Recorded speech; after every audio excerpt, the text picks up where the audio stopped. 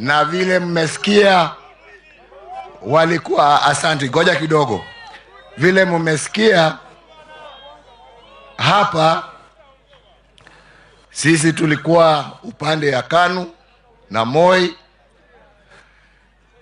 na tulikuwa tumepanga kushinda hiyo uchaguzi ya 2002. Hata nilikuwa nimemuomba Mike, njoo tufanye na wewe, akaniambia bana, mimi niko upande mwingine, lakini hakuniibia siri ya vile watakuja na nguvu. Na jameni, walikuja na nguvu, wakatufurusha na Moi, tukaambiwa twende tukapumzike, na mimi nikatii amri, kwa sababu hiyo amri ilikuwa ya viongozi, na viongozi wetu ni nani? Ni nyinyi wananchi wa Jamhuri ya Kenya. Na tukatii amri, na wakachukua usukani na wakaendelea na uongozi wa taifa, lakini hatukuwa na uadui. Mimi nilikuwa kiongozi wa upinzani, yeye alikuwa kiongozi upande wa serikali.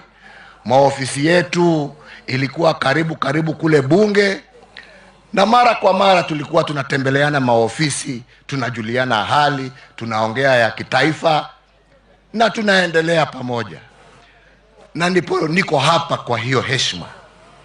Na tukiwa hapa kwa hiyo heshima, tusisahau pia ya kwamba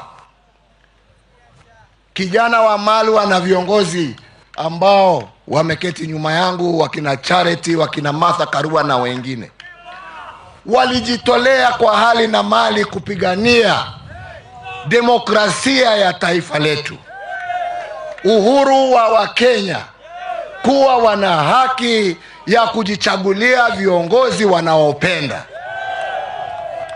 Na mimi niko hapa siku ya leo kusimamia hiyo haki. Hakuna mtu yeyote ambaye anaweza kutoa hiyo haki ambaye ilipiganiwa na jasho na damu aseme sasa ati hatuna haki ya kusimama pahali popote ambapo mtu anataka. Tunaelewana? We are a democratic society, and those democratic ideals were fought for hard by the man amongst others who we honor today. Na hatuwezi kukubali turudi nyuma. Mutakubali kurudi nyuma? Mutakubali kurudi nyuma? Kama ni kuomba kura, tuombe kwa amani. Wananchi wana ujuzi wa kujua. Wakisema wanataka Kalonzo, ni Kalonzo. Wakisema wanataka Ruto, ni Ruto. Wakisema wanataka Matiang'i, ni Matiang'i. Wakisema wanataka Sifuna, Sifuna.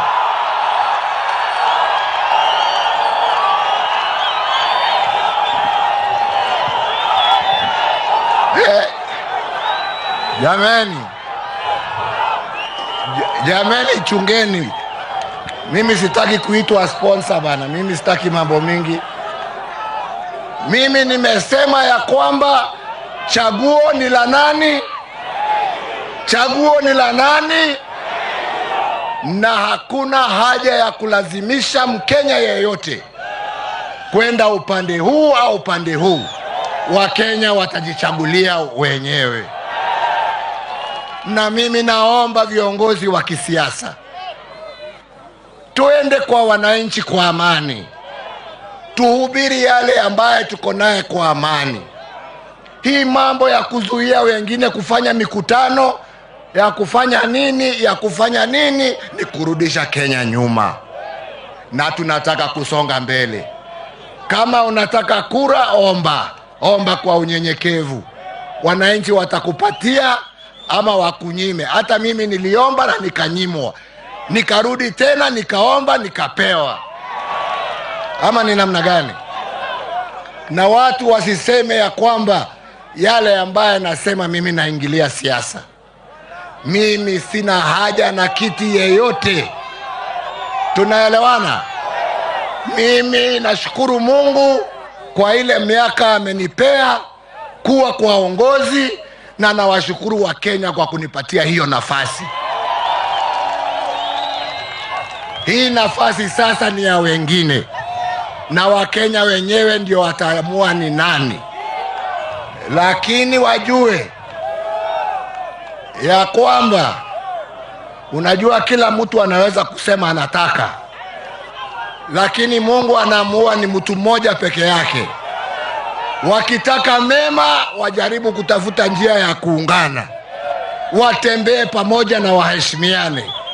Si ni kweli? Tumekubaliana. Kwa hivyo, kwa sababu ya hali ya anga, na bado kuna wengine labda mnataka kusikia sauti yao, mimi nasema Kitale, Mungu awabariki. Mungu aendelee kulinda marehemu hayati kijana Wamalwa, aendelee kulinda familia yake, na aendelee kushikilia taifa la Kenya. Na nyinyi wa Kenya, musikubali kugombanishwa. Musikubali kugombanishwa. Muungane, mukae kama kitu kimo.